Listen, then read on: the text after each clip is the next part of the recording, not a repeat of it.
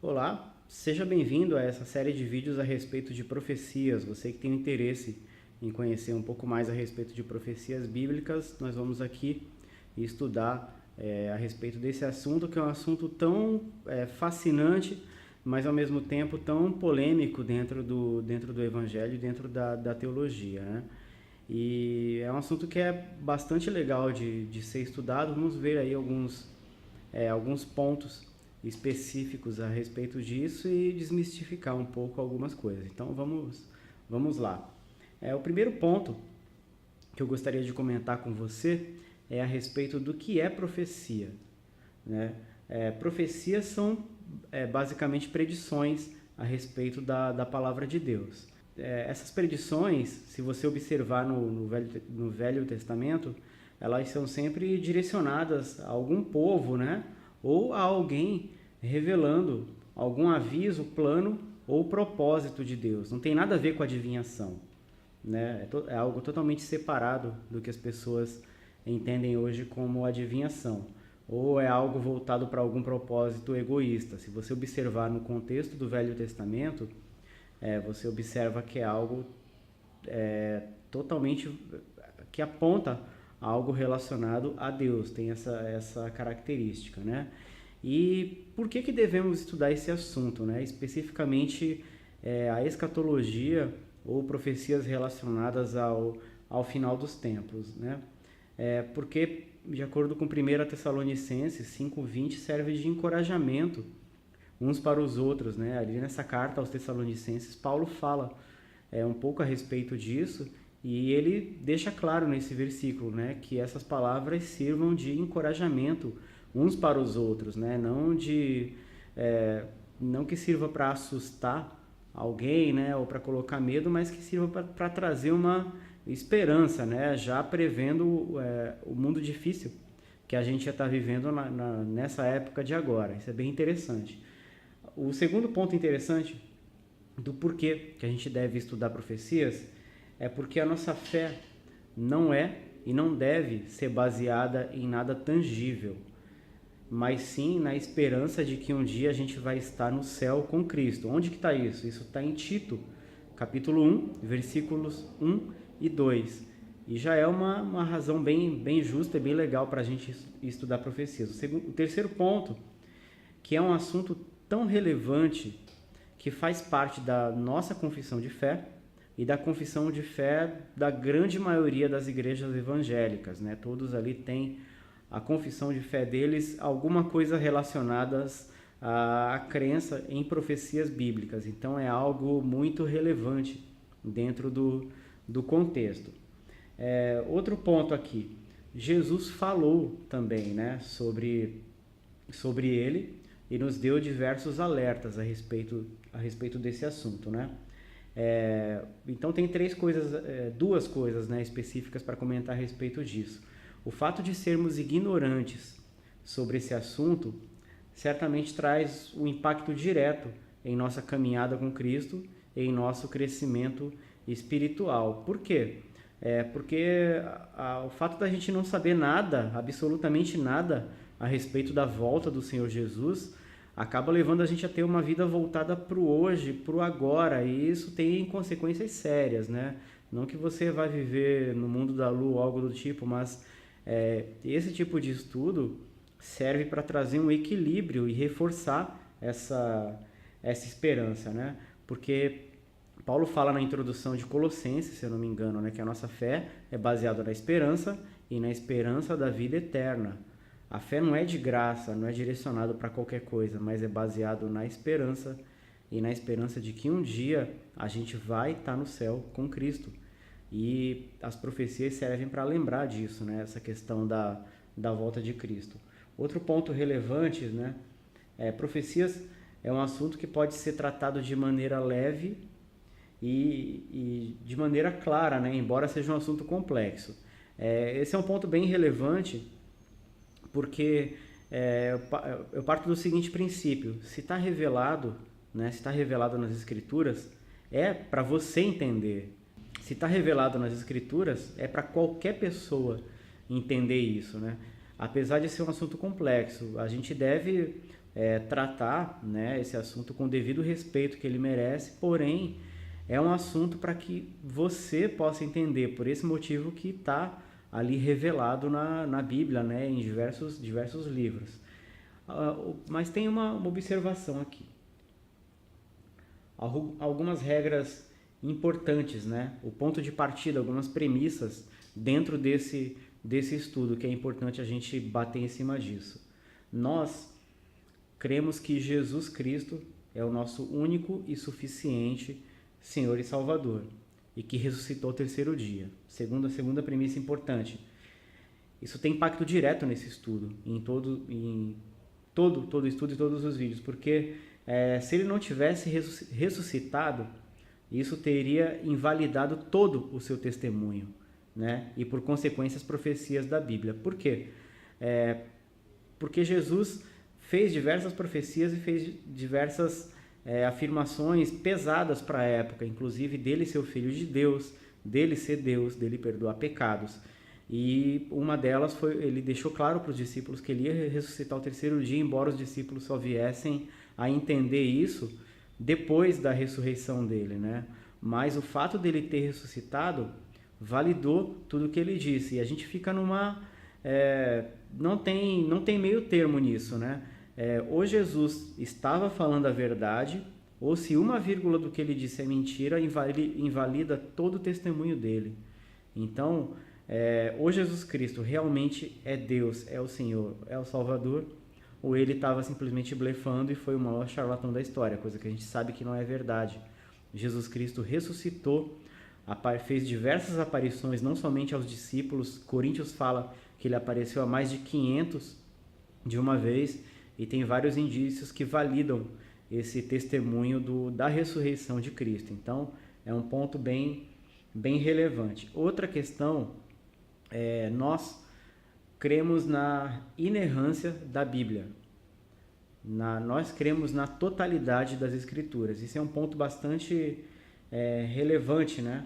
Porque é o ponto de partida. Nós cremos que a Bíblia é a palavra de Deus. Existem muitos argumentos, muita gente que fala, que critica a Bíblia, mas se você observar, na maioria das vezes é por pura ignorância ou trata a situação de maneira parcial. Muitas vezes fazem afirmações sem ter ali o devido embasamento. Se você estudar de maneira honesta a Bíblia, você vai perceber que ela é inerrante, que ela realmente se trata da palavra de Deus. Isso é um outro assunto. Outro ponto relevante aqui. Nem tudo a gente vai ser capaz de explicar, né? Por quê? Porque nós somos limitados e porque alguns fatos ainda estão ficando claros com o passar dos anos. Quer um exemplo disso? É a profecia que tem em Ezequiel 37, do Vale dos Ossos Secos, a respeito de Israel voltar a ser uma nação. Até o início do século passado, ali até um pouco depois da Segunda Guerra Mundial, as pessoas não entendiam, né, como que isso poderia ser verdade, como que isso poderia acontecer. Mas em 1948, a nação de Israel voltou a ser uma nação. O povo de Israel voltou a ser uma nação homologado pela ONU. Ali os países decidiram devolver uma parte da terra dali do Oriente Médio, da região da Palestina, aos judeus, e o país Israel voltou a existir no mapa, algo inédito no mundo, né? Porque eles haviam sido dispersos de acordo com a profecia de Jesus de 70, que aconteceu em 70 depois de Cristo, né? Depois da invasão de Roma a Jerusalém, o povo foi disperso pelo mundo e nunca mais havia sido reunido de novo até 48. E foi uma profecia ali de Ezequiel 37 que se cumpriu nessa situação. Então, esse é um exemplo claro, né, de que tem várias outras profecias que vão se clareando conforme vão passando os anos. Então, é importante a gente ter essa maturidade ao estudar profecias. Nem tudo nós seremos capazes de explicar, né? E um outro ponto aqui que é a regra áurea, né, da hermenêutica. A Bíblia interpreta a própria Bíblia. Não caia no erro de que, se o texto já está claro por si, você trazer outras coisas, outros significados para dentro do texto da Bíblia. Então, por quê?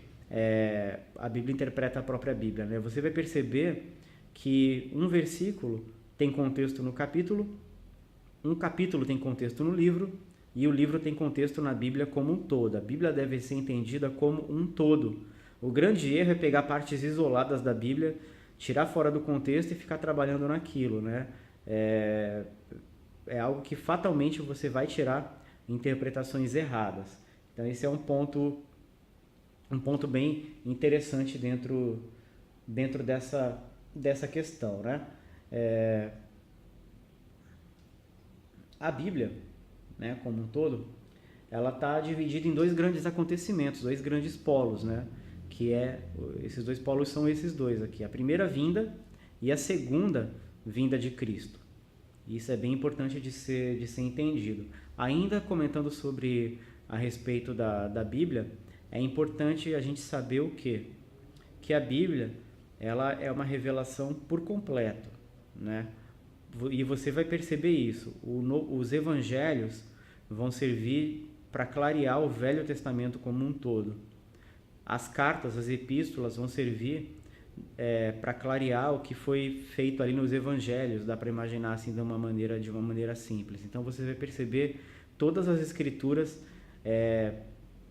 uma completando a outra. Então se você fizer uma observação bem feita, você vai ter uma interpretação correta da Bíblia e uma aplicação correta dela também.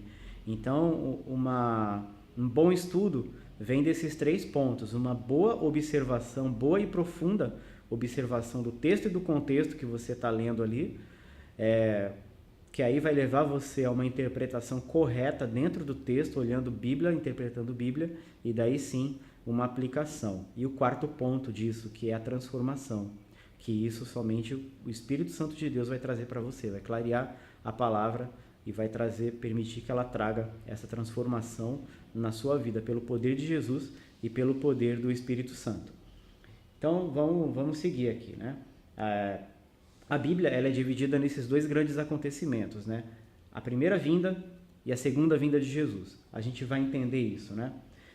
A primeira profecia a respeito da vinda de Jesus foi logo no Éden. Assim que Adão pecou, assim que Adão e Eva, né, eles pecaram, eles haviam acabado de pecar, Deus ali chamou eles para uma conversa, e ali naquela conversa, Deus falou ali para Adão: olha, porém inimizade entre você e a mulher, entre a sua descendência e o descendente dela. Este lhe ferirá a cabeça e você lhe ferirá o calcanhar. Por que eu estou comentando isso? Para a gente poder entender o fim, é necessário entender o começo. O livro do Apocalipse, ele é o fim da história que começou lá em Gênesis, a gente pode entender dessa forma. Então, não tem como a gente querer estudar profecias do final dos tempos, relacionadas ao final dos tempos, sem antes entender como tudo isso começou. Inclusive o que a gente está vivendo agora, né? Por que tudo isso começou? Por que Jesus veio para a cruz? Então é importante a gente entender tudo isso para aí sim entrar dentro do estudo. Então a primeira profecia messiânica que é encontrada na Bíblia está nesse versículo, Gênesis 3,15. Né? Por quê? A profecia aqui diz o quê?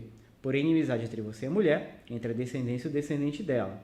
Este, se referindo ao descendente da mulher, lhe ferirá a cabeça, e você, a serpente, lhe ferirá o calcanhar. No decorrer da Bíblia, usando o próprio texto bíblico, quem a Bíblia identifica como serpente é Satanás, fala lá em Apocalipse, né? A serpente, aquele que pecou desde o princípio. E o descendente da mulher, que pisou a cabeça da serpente, é Cristo, de acordo com as próprias Escrituras, né? Nenhum outro descendente da mulher enfrentou Satanás, pisou a cabeça dele e foi ferido por ele. Foi exatamente o que aconteceu na cruz. E no decorrer do Gênesis, você percebe essa revelação sendo criada. O que acontece em Gênesis? Em Gênesis você percebe ali, começando a situação em Adão e Eva, expandindo, né, para a criação dos povos, e dos povos vai se afunilando, até cair em Abraão, e de Abraão Deus criar o povo de Israel. Para quê? Para a vinda do Messias, para a primeira vinda de Cristo. Então essa é a questão.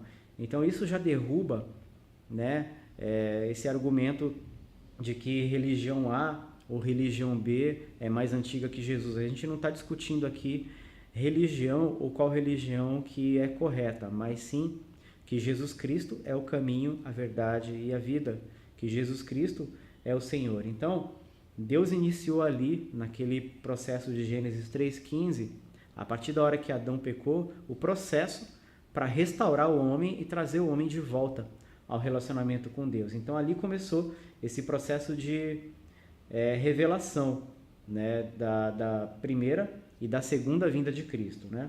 Desde o início, o propósito de Deus foi se revelar para o homem. E era através de Jesus Cristo e com um propósito bem definido, né? Qual era o propósito da vinda de Jesus Cristo, de Deus revelar esse plano de salvação para o homem? Resgatar os filhos de Adão, porque a partir daquele momento, Adão havia pecado e criou essa separação eterna de Deus, né? Porém, isso agora começa a entrar dentro do nosso assunto, né? Especificamente, enquanto a figura da primeira vinda de Jesus Cristo vinha sendo montada, no meio das profecias, Deus já estava revelando também a respeito da segunda vinda de Cristo, ainda no Velho Testamento, né? Isso é bem interessante da gente observar dentro das profecias bíblicas, né? Então, os acontecimentos dentro da Bíblia, eles giram em torno dessas duas situações, né? Que possuem propósitos diferentes. A primeira vinda de Cristo foi para perdoar os nossos pecados e receber sobre si as nossas transgressões. A Bíblia, em diversos textos, deixa isso bem claro. A segunda vinda vai ter o propósito de julgar toda a maldade do mundo. Isso fala em Mateus 24, 30 e 31. Então, esses dois acontecimentos, a primeira vinda de Jesus e a segunda vinda dele, se estudados a fundo, nos ajudarão a entender toda a lei do Antigo Testamento e inclusive a situação que Israel se encontra, né? E o porquê precisamos do sangue de Cristo. Prosseguindo aqui, né?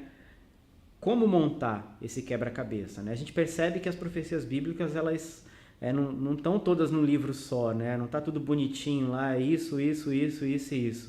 Não, você vai perceber que é um quebra-cabeça. Mas tem as pistas, né? Jesus deixou as pistas aí para a gente montar esse quebra-cabeça. E isso que é legal, isso que é empolgante estudar dentro desse assunto, né? Como que a gente pode montar esse quebra-cabeça? As profecias, elas não estão bem em ordem, né? Você já deve ter percebido isso a essa altura. Então, podemos entender e montar a maioria das peças desse quebra-cabeça através dessas três principais passagens. A primeira é Mateus 24, a segunda é Daniel 9 e o livro de Daniel como um todo, e a terceira é o livro de Apocalipse. Então, essa é o que eu, em particular, chamo das três colunas das profecias bíblicas, né? Tendo essas três colunas como ponto de partida, vai facilitar muito para você estudar e entender a respeito das profecias bíblicas, né? Por que isso? A gente vai ver um pouquinho disso, né? Conhecendo essas três passagens, o contexto, né, conhecendo um pouco dessas três passagens, o contexto das profecias bíblicas, o contexto vai se tornar bem mais claro para você, né?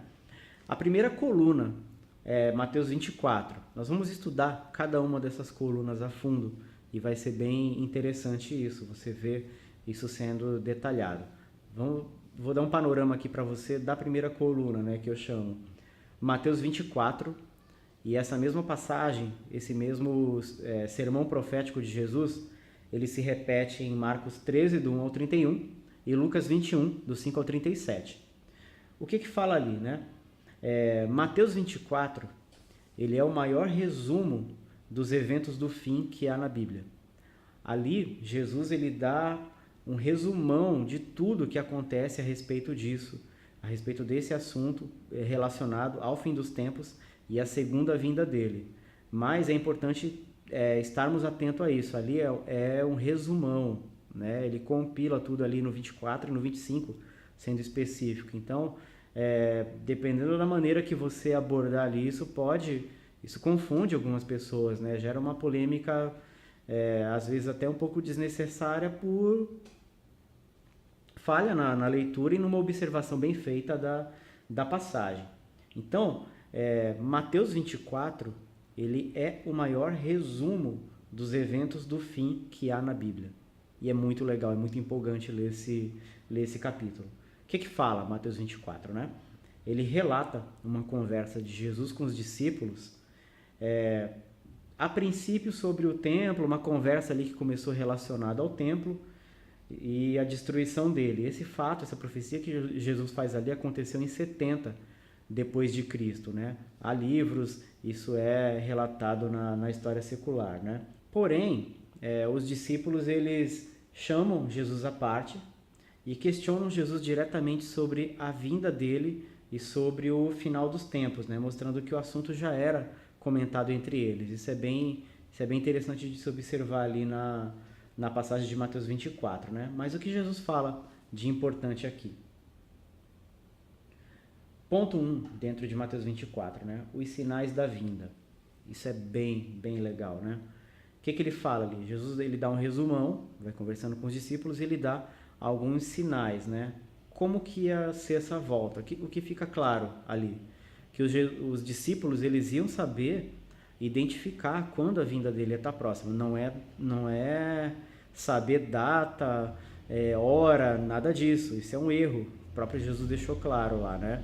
Ninguém sabe nem o dia e nem a hora, mas ele falou alguns sinais de quando a vinda dele estivesse próxima. Isso é bem legal da gente estudar.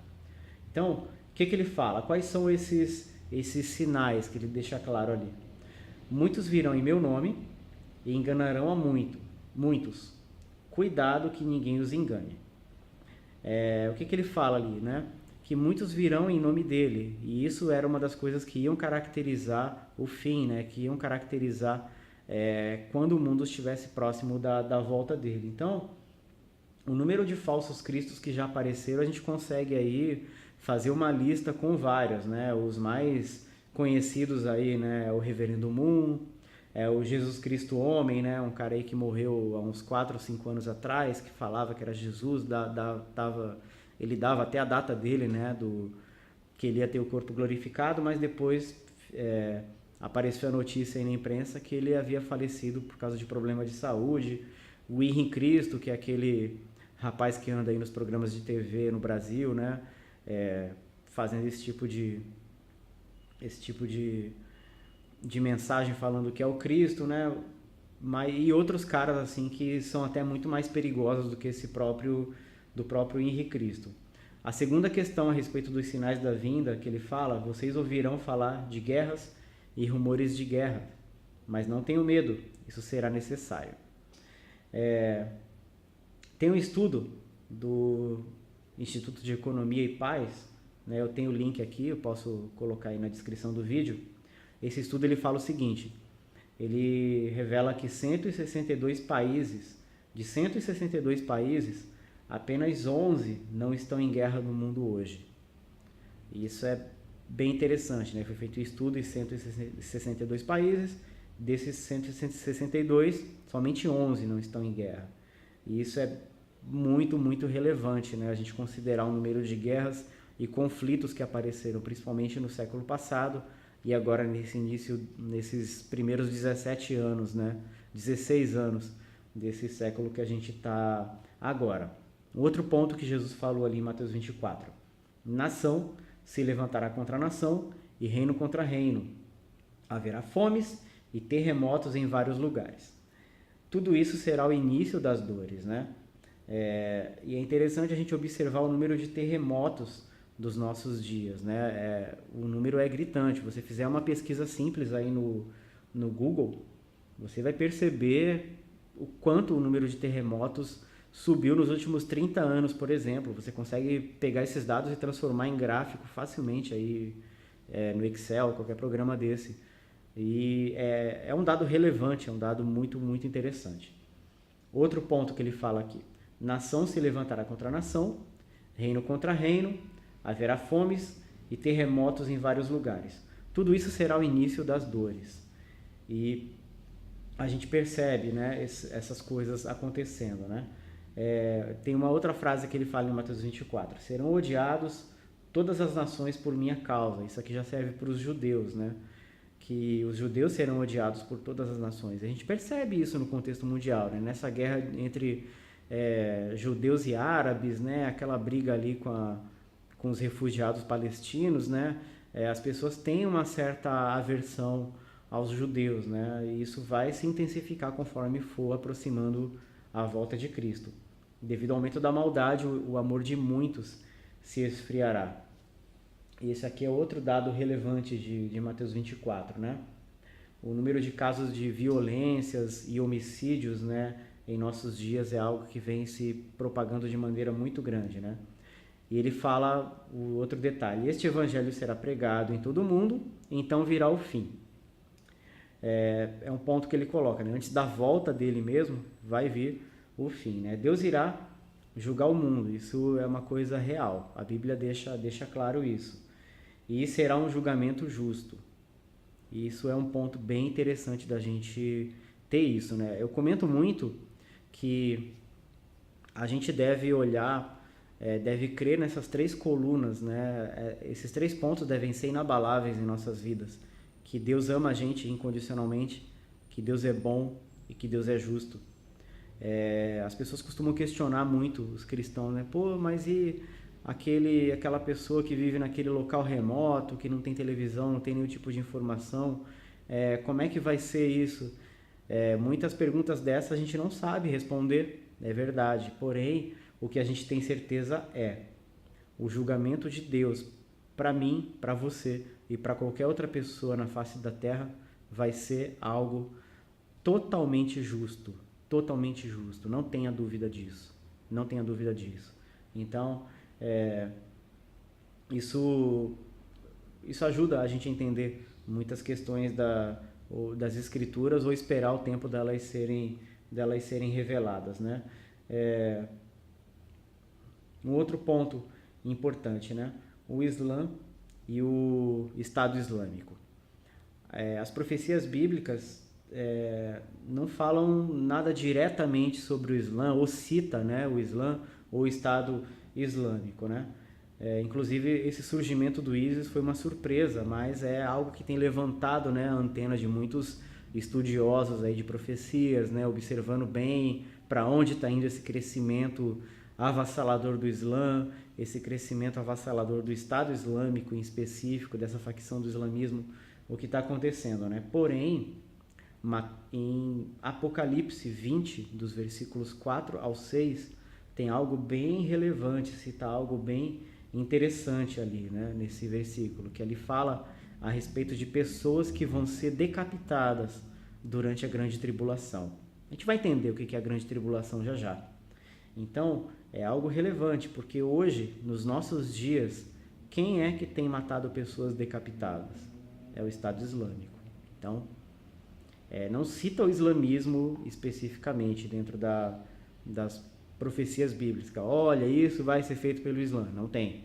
Porém, há esse texto em Apocalipse 20, do 4 ao 6, que cita pessoas morrendo por decapitação. E o texto é claro. Não é uma linguagem figurada, não é uma figura de linguagem, não é uma parábola, não é. O texto é claro e literal ali. Então, é algo bem interessante e bem relevante dentro disso, né? O segundo ponto interessante dentro de Mateus 24, né, fala a respeito da vinda de Jesus especificamente, né, dos versículos 26 ao 32, e do ponto 3, o ponto 3 ali dentro de Mateus 24 fala a respeito do arrebatamento da igreja, que é uma doutrina aí que é motivo de divergências, quando vai ser, de que forma que vai ser. A gente vai entender especificamente cada assunto desse, né? E o ponto que é relevante aqui dentro de Mateus 24 para a gente observar é que Jesus ali ele relata como estarão os valores da sociedade na época que a sua vinda estiver próxima. E isso é bem interessante, né, a gente observar dentro desse texto, né? Prosseguindo aqui dentro desse panorama, aqui a gente cai no ponto que dá essa chave para abrir de vez, né, essa questão das profecias, né, que é o versículo 15, que fala ali, né, em Mateus 24. Quando virem o sacrilégio terrível do qual falou o profeta Daniel. Então, Jesus dá a chave ali para você ir começar a descobrir os outros pontos das profecias, né? Porque ele fala o seguinte, quando vir o sacrilégio terrível do qual falou o profeta Daniel. Que Daniel e que sacrilégio terrível, né? Daniel é o livro de Daniel, lá do Velho Testamento, o livro do profeta Daniel. E esse versículo é a chave do capítulo, é o versículo-chave do capítulo, porque ele abre a porta para essa segunda coluna do nosso estudo. Lembra sempre disso. A gente está vendo esse estudo baseado nessas 3 principais colunas que vai ajudar você a entender as profecias como um todo. Mateus 24, Daniel 9 e Apocalipse. Então, esse versículo, ele deixa claro, ele dá essa chave e direciona você no seu estudo para o livro de Daniel, né? E continuando em Mateus 24 ainda, nos versículos 21 e 22, ele fala, haverá uma grande tribulação. É aqui nessa passagem que a gente fica conhecendo a respeito do termo grande tribulação, no qual, lembra, a Bíblia interpreta a Bíblia, no qual o profeta Daniel vai explicar isso. Daniel explicará esse assunto, isso é bem interessante, né? De maneira geral, Mateus 24 faz uma descrição dos eventos e das características da terra quando a volta de Jesus Cristo estiver próxima. Então, só de você fazer uma leitura panorâmica de Mateus 24, você vai perceber muita coisa, muita característica que tem acontecido nos dias de hoje, né? Então, soa muito familiar, né? Muitas coisas que ele fala ali, o amor de muitos se esfriando, nação se levantando contra a nação, guerras e rumores de guerras e vários outros sinais que eles falam ali. O segundo pilar das profecias aqui para a gente ver, né? Daniel 9, do 24 ao 27. Essa é a famosa passagem das 70 semanas de Daniel. Uma das mais importantes profecias da Bíblia. Por que ela é a mais importante, né? Uma das mais importantes.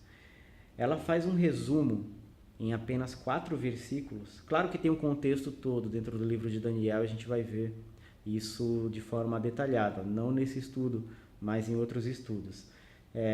Mas o que ela faz ali? Ela faz um resumo em apenas 4 versículos dos eventos finais, desde a primeira vinda de Jesus até a sua volta. Essa profecia é impressionante, impressionante.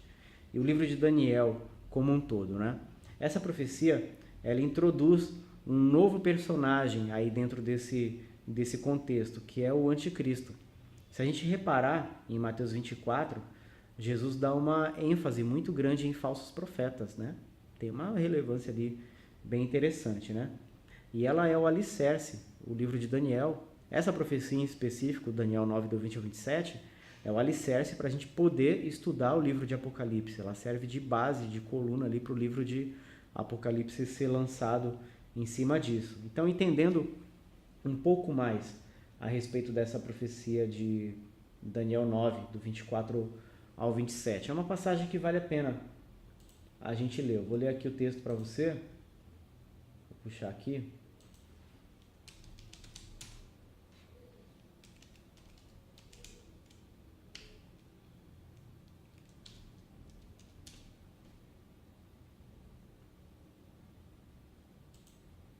Daniel 9, do 20 ao 27. Vou ler aqui para você.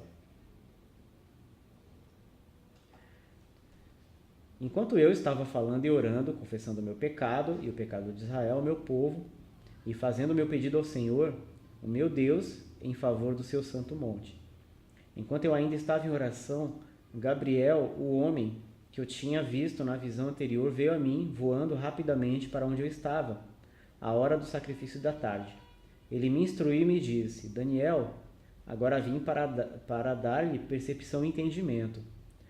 Assim que você começou a orar, houve uma resposta que eu lhe trouxe, porque você é muito amado. Por isso, preste atenção à mensagem para entender a visão. 70 semanas estão decretadas para o seu povo e para a sua cidade santa, para acabar com a transgressão, para dar fim ao pecado, para expiar as culpas, para trazer justiça eterna, para cumprir a visão e a profecia, para ungir o Santíssimo. Saiba e entenda que a partir da promulgação do decreto que manda restaurar e reconstruir Jerusalém, até que o ungido, o líder, venha, haverá 70 semanas e 72 semanas. Ela será reconstruída com ruas e muros, mas em tempos difíceis. Depois das 62 semanas, o ungido será morto, e já não haverá lugar para ele. A cidade e o lugar santo serão destruídos pelo povo do governante que virá. O fim virá como uma inundação. Guerras continuarão até o fim, e desolações foram decretadas. Com muitos, ele fará uma aliança que durará uma semana. No meio da semana, ele dará fim ao sacrifício e à oferta. E numa ala do templo será colocado o sacrilégio terrível, até que chegue sobre ele o fim que ele está decretado. O que essa profecia fala que a torna tão importante, né? As 70 semanas são decretadas sobre o povo e a cidade, né? Que povo? Os judeus. Sobre que cidade? Jerusalém. A profecia, o contexto ali deixa isso claro, né? Qual o objetivo dessa profecia, né? O que ela mostra ali? Que esse ungido vai vir, né? E vai acabar com a transgressão, vai dar fim ao pecado, expiar as culpas, trazer justiça eterna, cumprir a visão e a profecia e ungir o Santíssimo Lugar. Quem é o único que tem poder para fazer essas coisas e cumpriu boa parte desses pontos aqui? Jesus Cristo. Então, é uma profecia claríssima a respeito do que Jesus iria vir e fazer, tanto na primeira quanto na segunda vinda dele, né? Fala de uma contagem nessa profecia, né? Quando começa essa contagem dessas profecias? A partir do decreto que mandou reconstruir Jerusalém. Isso está no livro de Neemias. É importante ressaltar que o calendário da Bíblia é baseado no calendário de 30 dias do mês, né? Que é o calendário judaico, e não no calendário de 31 dias, que é o nosso, que é o calendário gregoriano. Então é importante você saber essa diferença para poder fazer esse cálculo dos dias, né? Outro ponto importante é o centro geográfico da Bíblia em relação às profecias, né? O centro geográfico da Bíblia é sempre Jerusalém. Então, quando você lê o povo do norte, o povo do sul, tal coisa está ao norte. Norte de onde? Norte de Jerusalém. Esse é um ponto importante para você entender também. Entendendo os números, né, que essa profecia cita. Se você não entender agora, não tem problema, nós vamos estudá-la especificamente só esse texto, né? Só estou dando um panorama geral para você entender, né? O que fala na profecia ali? 7 mais 62 semanas entre o decreto e a vinda do ungido. Depois de 62 semanas, o ungido será morto e a aliança durará mais uma semana, né? Vamos lá então. Todas essas coisas, somando, né, 62 com 7 vai dar 69. Então, todos esses fatos, né, que foram relatados aqui nesse texto de Daniel, eles não aconteceram em 69 dias, eles não aconteceram em 69 semanas literais e nem em 69 anos. Então, a conta só vai fechar com uma possibilidade. Cada semana corresponde a um período não de 7 dias, mas sim de 7 anos. Então, 7 semanas a gente pode entender como 49 anos e 62 semanas como 434 anos, considerando cada semana como período de 7 anos. Só fazer as contas aí. E uma semana igual a um período de 7 anos. Então a profecia relata justamente isso. Vai ser um período de 7 mais 62 semanas. Então um período de 49 anos mais outro período de 434 anos. E vai ficar um período de 7 anos faltando nessa profecia. Por quê? Somando, né, esses primeiros números, 49 com 434, a gente vai ter 483 anos. fica faltando, mas a profecia fala de 70, né, semanas. Então, considerando cada semana como um período de 7 anos, o total da profecia vai ser de 490 anos. Logo, né, fazendo essa conta, a gente vai perceber que a conta não fecha. Está faltando 7 anos para essa conta fechar. Então, está faltando esse cumprimento desses últimos 7 anos dessa profecia. E esses 7 anos finais dessa profecia, que é o período que Jesus cita lá no Mateus 24, que é o período que é conhecido como a Grande Tribulação, que é aquele período que Jesus cita lá, né? E essa última semana que é outro ponto importantíssimo dessa profecia, né? O que fala a respeito dessa última semana? O que a Bíblia descreve a respeito dessa última semana, né? Que serão os piores anos que o mundo viverá, serão os piores anos que a humanidade viverá. O que fala ali também? O anticristo fará uma aliança que durará uma semana, isso está lá em Daniel 9. Concluímos, né, que será com os judeus essa aliança, pois é o único povo que faz sacrifício hoje, né, ali no templo, né, é o único povo que tem esse sistema sacrificial, né, que hoje eles não praticam esses sacrifícios, mas a gente vai entender um pouco mais a respeito disso. Mas para ele barrar os sacrifícios, é desse ponto, né, dessa passagem que vem essa hipótese que a imensa maioria dos estudiosos de profecias creem que o templo dos judeus será reconstruído, né? E há sites que falam a respeito disso, todos sites internacionais, né? E reportagens que citam a respeito dessa questão da reconstrução do templo dos judeus. E eles vão o que a profecia deixa claro aqui é que eles vão retomar as atividades normais deles de sacrifício que não são feitas desde 70 depois de Cristo, né? Então, tá entendendo como é que tudo vai se encaixando? Então, Mateus 24 puxa Daniel e Daniel vai puxar Apocalipse, né? Por isso que Jesus é o centro da Bíblia, né? É por isso que nenhum outro é a manifestação verdadeira de Deus do que Jesus Cristo, né? Então a coisa vai se encaixando, né? Tem alguns pontos interessantes aí, né? Os judeus, acho que é o povo mais perseguido que já teve na face da terra. Depois deles, acredito que sejam os cristãos, né? Se você não conhece nada a respeito da perseguição em cima dos cristãos, estuda um pouquinho a respeito da Janela 1040. Entra no site da organização Portas Abertas, que você vai conhecer um pouco a respeito dessa perseguição em cima dos cristãos. Mas os judeus, historicamente, são um povo que foram muito perseguidos, né? Mas você observa uma coisa interessantíssima a respeito dos judeus. Nenhum rei conseguiu destruir com esse povo, nem mesmo Hitler conseguiu exterminar com os judeus, que era o objetivo claro de Hitler, exterminar eles, né? Eles não conseguiram. Por quê? Porque o povo judeu tem total relevância no contexto do fim. E a Bíblia deixa claro, por causa do livro de Daniel e por causa do livro de Apocalipse, principalmente, que Deus vai tratar coisas com o povo judeu no final dos tempos. Por isso que esse povo nunca, jamais vai ser exterminado. E essa história também de que a igreja substitui Israel, isso é um erro teológico, né? Igreja, Israel é Israel. E Deus tem coisas para tratar com esses dois povos, né? Então, o que o livro de Apocalipse tem a ver com isso? O que Apocalipse tem a ver com essa história toda, né?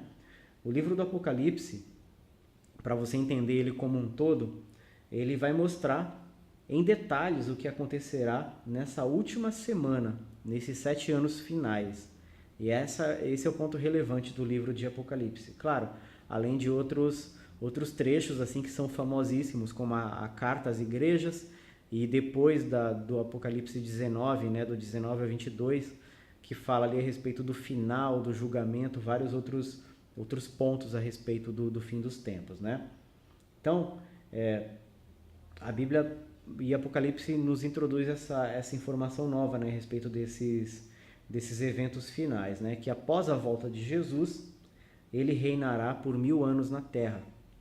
Então é um período que é conhecido como milênio. Então você vai percebendo, juntando essas 3 colunas, né, Daniel, Mateus 24, Daniel e Apocalipse, que vão se formando esse contexto todo, esse panorama geral das profecias, né?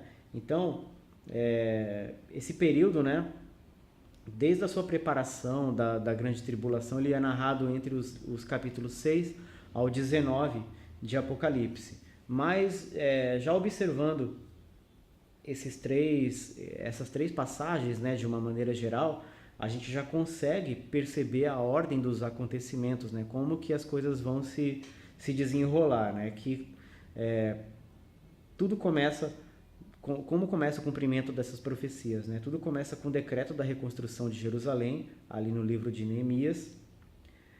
O segundo ponto importante e relevante é a morte e a ressurreição de Jesus Cristo. O outro ponto importante é a era da igreja, que é esse período que a gente está aqui, desde a ressurreição de Cristo até o arrebatamento da igreja. O outro ponto importante que é revelado é o arrebatamento da igreja. O outro fato, vai ter esse personagem que é o anticristo e ele vai assumir o poder mundial. Isso é interessantíssimo. O começo da grande tribulação, essa semana terrível que vai acontecer na face da terra, porque a Bíblia deixa claro que vai ser um período de tão grande angústia que jamais aconteceu na face da terra isso. A Bíblia deixa claro, vai ser algo extremamente terrível, pior que a Segunda Guerra, pior que o episódio do Holocausto, muito pior. O milênio, né, que é essa volta de Jesus Cristo literal, e ele governando a terra por 1000 anos, e o juízo final mesmo, né? Então esse é um panorama geral das profecias e como que a gente pode entender essa questão, né? Então guarda isso, guarda essas 3 colunas.